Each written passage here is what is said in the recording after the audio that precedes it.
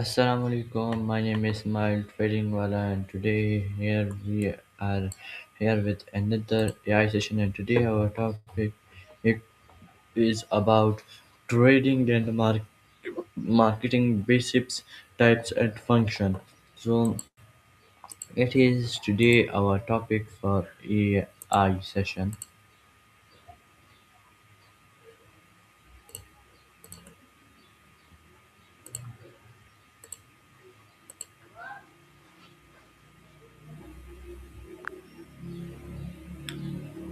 Hi ChatGPT, how are you and how are you doing? So today our topic is about trading and marketing basics, types, and function. Hey, I'm doing great. Thanks for asking. And I'm excited about the topic. So, yeah, we can break it down. When it comes to trading, we usually talk about things like supply and demand, different market types, risk management, and strategies.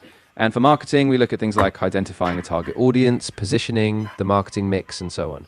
Where would you like to dive in first? Okay, so what is trading mainly? Good starting point. So, trading basically means buying and selling financial assets, things like stocks, currencies, commodities, or even cryptocurrencies, with the goal of making a profit. Traders often focus on short term movements, but there are also longer term investment strategies. Does that make sense, or is there a part you'd like more detail on? I would go with more de- detail and deep in with trading. Absolutely. So, at a deeper level, trading revolves around understanding markets and price movements. You have different types of traders, like day traders who buy and sell within the same day, or swing traders who hold positions for several days or weeks. You also have different markets, stocks, Forex, foreign exchange, commodities, crypto, and each one has its own dynamics. Traders use technical analysis, looking at charts and patterns, as well as fundamental analysis, like company earnings or economic data. And risk management is huge, things like setting stop losses, diversifying positions, so you limit how much you can lose. Does any part of that feel especially relevant for you, or do you want to zoom in on a specific aspect? So in this all tradings, which is the best one and which is the bad one, in which you can do profit, in which you cannot do profit, mostly. That's a great question.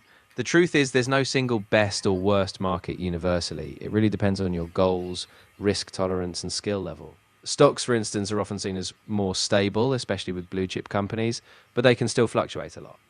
Forex currency trading is super liquid and moves fast, but it's also really complex, and small changes can have big impacts. Crypto is super volatile, huge profit potential, but massive risk too. In short, you can make a profit in all markets, but success depends on knowledge, strategy, and discipline. If you want, we can go into how people typically choose one market over another.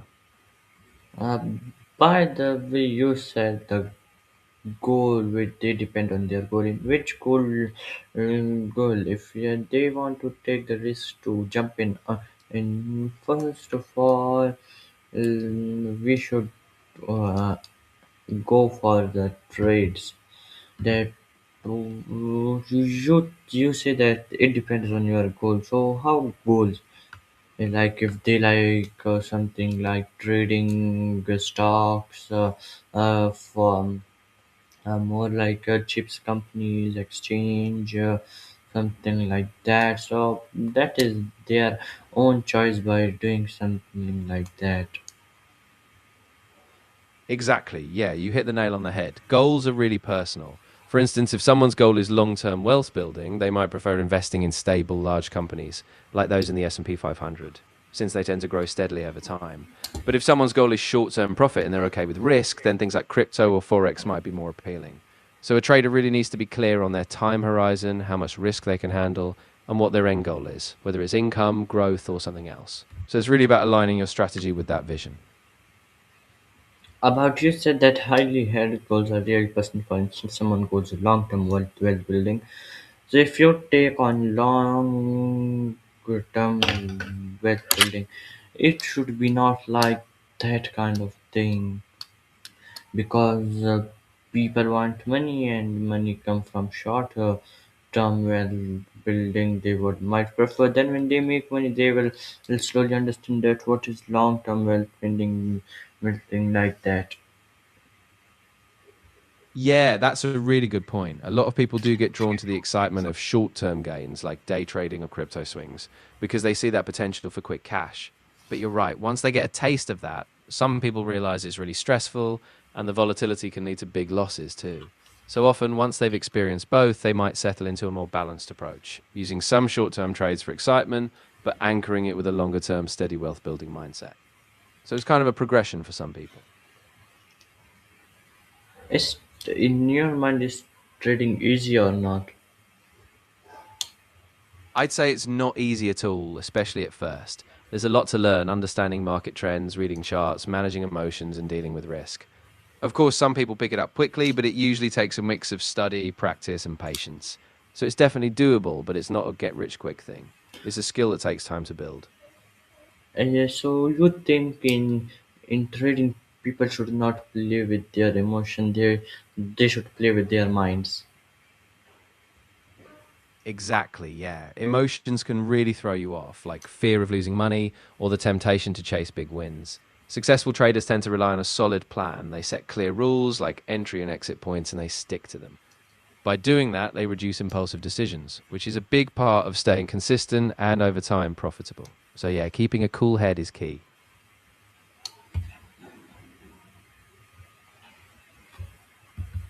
Okay, so what is market in finance? Ah, great question. In finance, a market is basically a place, physical or digital, where buyers and sellers come together to trade assets. So that could be a stock market like the NYSE or NASDAQ, a bond market, a commodities market, or even a Forex market for currencies. Each market has its own rules, participants, and what's being traded.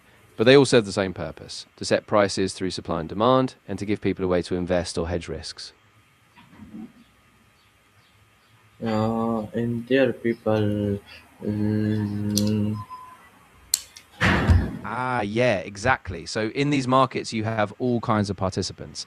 There are individual retail investors, big institutional players like mutual funds or pension funds, market makers who provide liquidity, and even algorithmic traders using automated systems. So it's a pretty diverse ecosystem, and each player kind of influences how prices move and how the market behaves. It's a big web of interaction. so in this trading chart, they could mortgage or like those whatever trades they want with their assets. If they lose, that can be a large loss to their. You also would be taking a large loss of things. Yeah, exactly. That's one of the risks of trading on margin. When you borrow money to invest, you can amplify your gains, but you can also amplify your losses. If the trade goes against you, you still owe the borrowed amounts plus interest, so it can lead to a big financial hit. That's why risk management is super important because you don't want to over leverage yourself and get wiped out if things go wrong. So, how are trading and investing different? Ah, good distinction. So, trading is usually more short term. People buy and sell frequently, often capitalizing on short term price movements. Investing, on the other hand, is more long term. You put money into assets like stocks, bonds, or real estate with the expectation that they'll grow steadily over years. Investing tends to focus more on the fundamentals, like a company's long term prospects, while trading is all about timing and price patterns. So why do people trade assets for money? For like trading, if they mortgage or sell their assets, house, car, something like that, they show if they make loss. So why they are taking the risk for it? Yeah, that's a really human question. I think a big part of it is that people are drawn to the potential rewards. Just like with houses or cars, assets can be seen as a way to grow wealth quickly, especially if they time it right. Plus, some people just love the thrill or they believe they have an edge, whether it's a certain market insight or a gut feeling. Of course, that's the tricky part because with big potential rewards come big risks, and not everyone is fully prepared for that downside. So you are saying that people should also prepare for the downside. But for the first people should do something small, Small, large, extra large, like that kind of things. Exactly. That's a smart approach. Starting small helps people get a feel for the market without exposing themselves to huge losses. They can test strategies, see how emotions affect them, and build confidence. Then, as they gain experience and understand risk better, they can gradually scale up. That way, they're more likely to stay resilient even if things don't go as planned. So, what is the goal of trading? Yeah, the goal of trading really depends on the individual, but broadly, it's about capitalizing on price movements to generate profit. Traders often look to exploit short term inefficiencies, whether that's from economic events, market sentiment, or technical patterns. Some people trade to supplement income, others to grow wealth quickly, and for some, it's more about hedging risks. So it's really a tool people use to meet financial goals, just with different styles and timeframes. What do you mean by tools trades? If they are doing trading, they want to make money. But in that case, if you are saying that it is a tool or people often small, but yeah, some you income but growth, they want to grow well quickly. It is the main restrictions, and when they are uh, when people when first of all they make some money, when they make money, then they are more often to do some trading. If they really depend on the trading that much, in the end they will lose and they cannot handle the trading uh, drama or something like that. They cannot handle the stress of losing. Yeah, that's exactly it. A lot of people think of trading as a shortcut to fast wealth, but it's really a high stress environment. When they make some money early on, it can give them a false sense of security. So they ramp up the risk, over leverage, and that's when the stress kicks in. When losses come, it can be really hard to handle emotionally and financially. So, yeah, it's crucial that people keep perspective. Don't risk more than they can afford and keep a balance so that even if they lose, they don't get completely overwhelmed. So, what is the role of financial market in the income? Great question. So, financial markets are basically the backbone of the economy. They connect people who have money to invest, like savers or institutions, with those who need capital, like businesses or governments. They help set prices for assets, allocate resources, and give companies the funds they need to grow. Plus, they give investors a way to earn returns. So, in a nutshell, financial markets are crucial for moving money through the economy, driving growth, and helping allocate capital efficiently.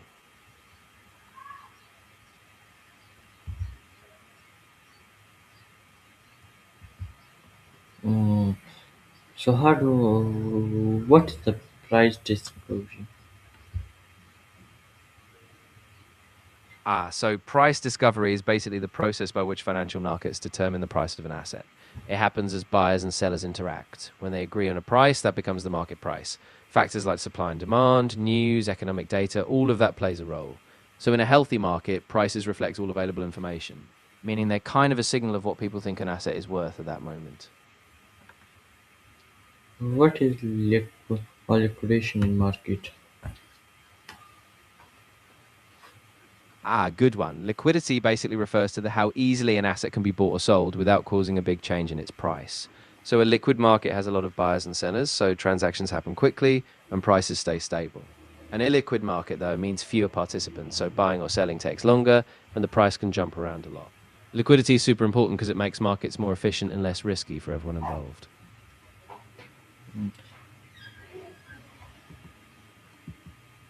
So, how does trading reflect marketing? So trading actually depends a lot on liquidity. In a liquid market, it's easier for traders to enter and exit positions quickly, so they can respond fast to opportunities. When liquidity is high, spreads between buy and sell prices are smaller, which means you keep more of your profits. But if a market is illiquid, traders can struggle to fight counterparties and big price swings can happen. So for traders, liquidity is a key factor. They want those smooth, quick transactions. So, how many types are there of trading? Yeah, there are quite a few types. So you've got day trading, where you open and close positions within the same day. Then there's swing trading, which holds for a few days or weeks. Position trading is more long term, holding weeks, months, or even years. You've also got algorithmic trading, where computers follow set rules, and high frequency trading, which is super fast, executing thousands of trades a second. So it all depends on your style, goals, and how involved you want to be. I want to hear the actual names for all the trades in the world and how many there are in numbers.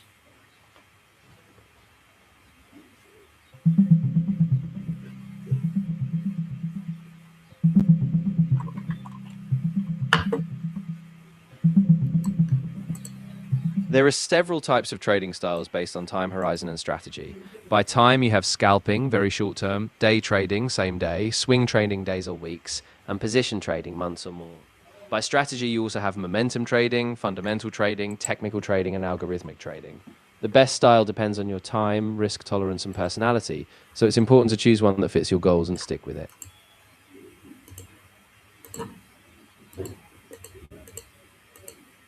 And how many are there in numbers? Ah, got it. So there's no single universal number since the types often overlap or get classified differently depending on who you ask. But broadly, you'll see these core categories: scalping, day trading, swing trading, position trading. So about four main ones by time frame. Then, if you add in strategies like momentum, fundamental, technical, and algorithmic, you might have a dozen or so distinct approaches. So what is stocks market? What is stock market mainly? Ah, great question. So the stock market is a place where shares of publicly held companies are bought and sold. Essentially, it's a marketplace like the New York Stock Exchange or NASDAQ, where investors can trade ownership in companies. Companies list shares to raise capital, and investors buy them to potentially earn dividends or benefit from price increases. So it's a key way for companies to grow and for investors to build wealth. So what is forex trading?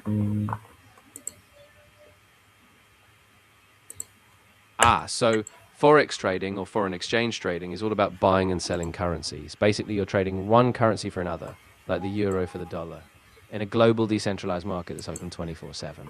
Prices fluctuate based on economic data, interest rates, and global events. It's one of the largest and most liquid markets in the world. So it's super dynamic, but also complex.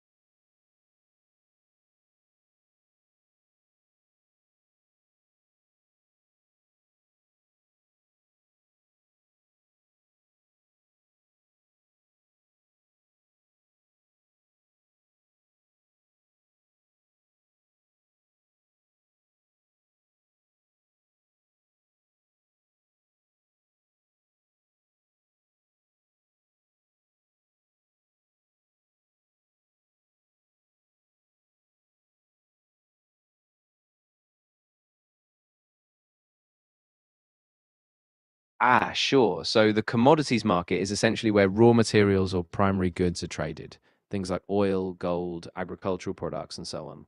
These markets are crucial because they help set the global prices for these essential goods. You can trade actual physical commodities, but most often it's done via futures contracts, where you agree to buy or sell a certain amount at a set price in the future. So these markets give producers and consumers a way to stabilize prices and plan ahead, but they can be pretty volatile because they depend on supply, demand, and global events. Okay, so what is cryptocurrency trading? Great follow up. So, cryptocurrency trading is all about buying and selling digital currencies like Bitcoin, Ethereum, or thousands of other altcoins on specialized platforms called crypto exchanges. Unlike traditional currencies, they're decentralized, no central bank or government controls them. Prices can be extremely volatile since they're driven by demand, investor sentiment, and sometimes big regulatory news. So, crypto trading is like a digital frontier, lots of opportunity, but also lots of risk. Hmm. So what are the market? Diversification. Yeah. Yeah, that's a big one. So the idea is to spread your investments across different types of assets, like stocks, bonds, commodities, maybe even some crypto, so that if one market drops, you're not completely exposed. That reduces your overall risk. The trick is balancing it. You still want some assets with growth potential, but you don't want all your eggs in one basket. So you diversify to give yourself a buffer against big swings in any one car. So what is a bounty market? Good one. So a bond market is where investors buy and sell debt securities. These are loans made by investors to entities like governments or corporations. When you buy a bond, you're essentially lending money in exchange for periodic interest payments plus the return of the bond's face value at maturity. So the bond market is huge. Think government bonds, corporate bonds, and it's vital because it helps fund public projects, infrastructure, and business growth. So what is an over the counter means OTC market? Great question. So, the over the counter or OTC market is where financial instruments like stocks, bonds, or derivatives are traded directly between parties rather than on a formal exchange. It's a decentralized network. Think of it as a kind of digital marketplace where dealers and brokers negotiate directly. It's often used for stocks that aren't listed on big exchanges, as well as things like currencies or smaller bonds. It gives more flexibility, but it can also be less transparent since prices aren't as standardized.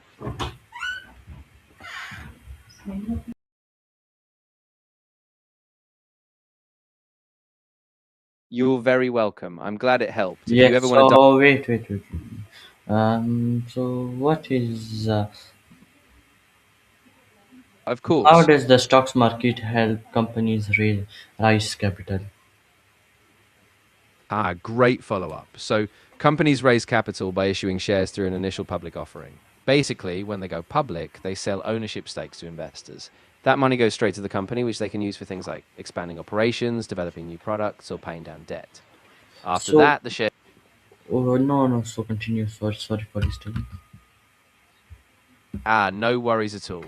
Yeah, so once the company's public, the stock market also gives them the way to raise more capital later on. They can issue more shares, a secondary offering, or use their publicly traded status to attract more investment. It also boosts their credibility. Being on the stock market can help them get better terms when borrowing or attract new business partners. So it's a really big step for a company's growth. So what is capital mean? Companies or capital? What is capital mainly? Good one. So, capital is basically the money or assets a company uses to fund its operations and grow.